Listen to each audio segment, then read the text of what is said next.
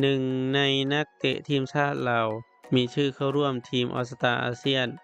จะเป็นใครนั้นไปติดตามกัน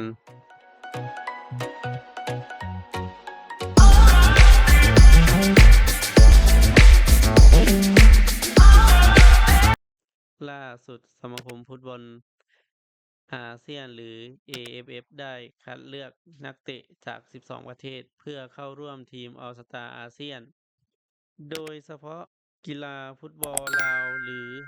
LFF ได้ออกมาเปิดเผยว่านักเตะทีมชาติลาวที่ถูกเลือกในครั้งนี้คือบุญพจันทร์บุญกองหน้าและกัปตันทีมชาติลาวจากสวายเลียง FC ลีกกัมพูชาบุญพจันทร์บุญกองจะเป็นหนึ่งในขุมกำลังของโค้ชคิมซังซิกหัวหน้า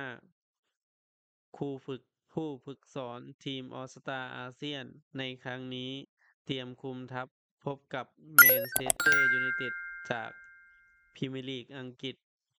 ในรายการเมย์แบงค์ซาเลนจ์คัพ